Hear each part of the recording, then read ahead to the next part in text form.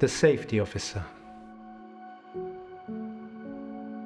The safety officer is a sub-archetype of the magician, deeply rooted in the shadow self of a man.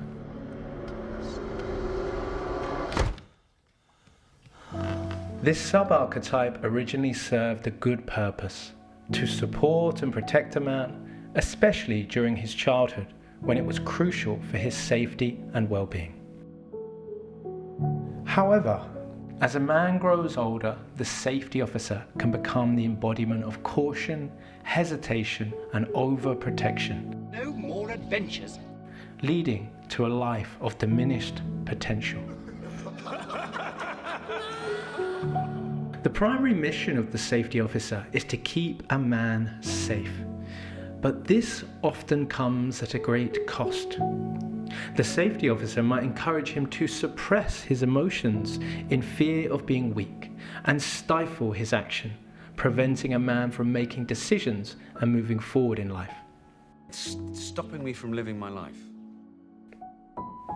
In fear of making a decision, the overactive safety officer ensures the man makes none.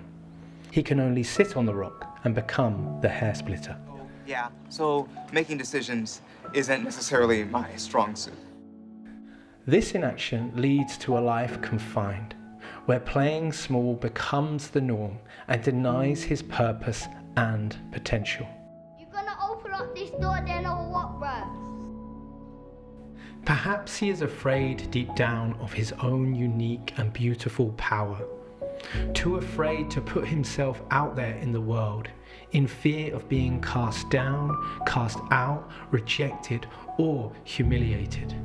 This means the unique gifts of the man never truly flourish. He instead lives an ordinary life, not sharing his gold with the world. Then I got older and I got more and more nervous, and then I don't know, I just kind of stopped trying. Often this sub-archetype's behavior stems from past traumas, perhaps being criticized by a father, a teacher, or a bully. Oh. Or experiencing a traumatic event. In these moments, the safety officer took over, determined to protect the man from further harm. The safety officer is intricately linked to the nervous system. In moments of fear, overwhelm, and stress, he triggers the fight, flight, freeze, or fawn response. You ever had a shock? Body's pumping adrenaline, cortisol, they call it fight or flight. The man transitions from his rational, thinking brain, the prefrontal cortex, to the amygdala, often referred to as the reptilian part of his brain. The prefrontal cortex is responsible for logical thinking, decision-making, and regulating emotions. It's where we plan, solve problems, and think about the consequences of our actions. However, when the safety officer is triggered, particularly in moments of stress or perceived threat, the brain's response shifts dramatically. The amygdala, a small almond-shaped set of neurons located deep within the brain's temporal lobe, takes over. It processes emotions like fear and anger and is responsible for our survival instincts. When this transition occurs, the rational thinking brain is essentially bypassed. The amygdala sends distress signals to the rest of the brain, triggering an immediate emotional and physiological response. This can lead to emotional outbursts, impulsive reactions, and behavior driven by instinct rather than thought.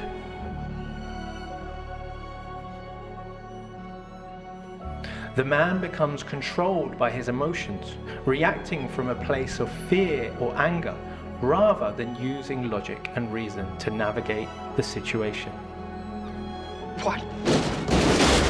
What country you from?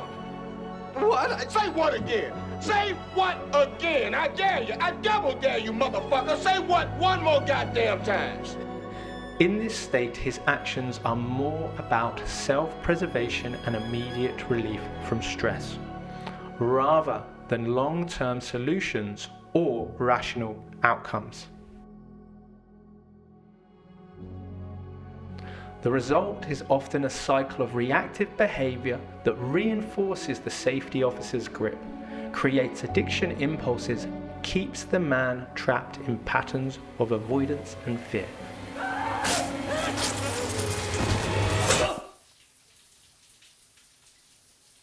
The safety officer often suppresses a man's anger, perhaps telling the man that it is not acceptable to express it.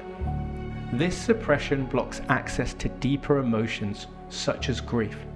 Without acknowledging and feeling his anger, a man can never truly touch his sadness.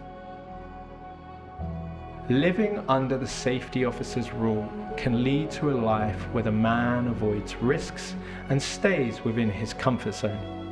His world becomes small, and opportunities for growth and fulfillment are missed. You'll never have that kind of relationship in a world where you're always afraid to take the first step because all you see is every negative thing 10 miles down the road. Yet recognizing the presence of the safety officer is the first step towards reclaiming one's power.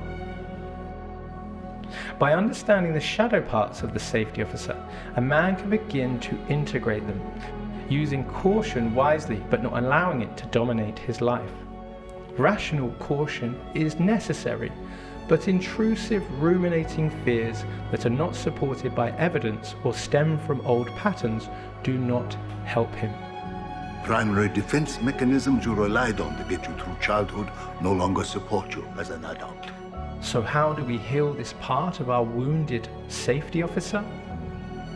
To transform this relationship, a man must make friends with his safety officer and give him a new role.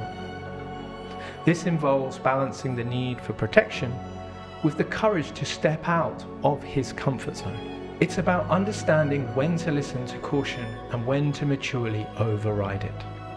By doing so, a man can move from a state of paralysis to one of empowered action. He learns to navigate life with both wisdom and bravery, standing in his full power without being crippled by fear. Ultimately, integrating the safety officer allows a man to live a life of greater freedom and authenticity.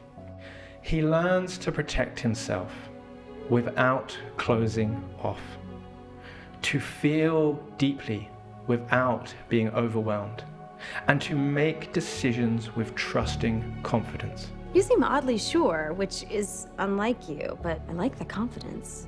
To conclude, this journey is not about eliminating fear, but about transforming your relationship with it, allowing you to embrace your true self and live fully from your heart.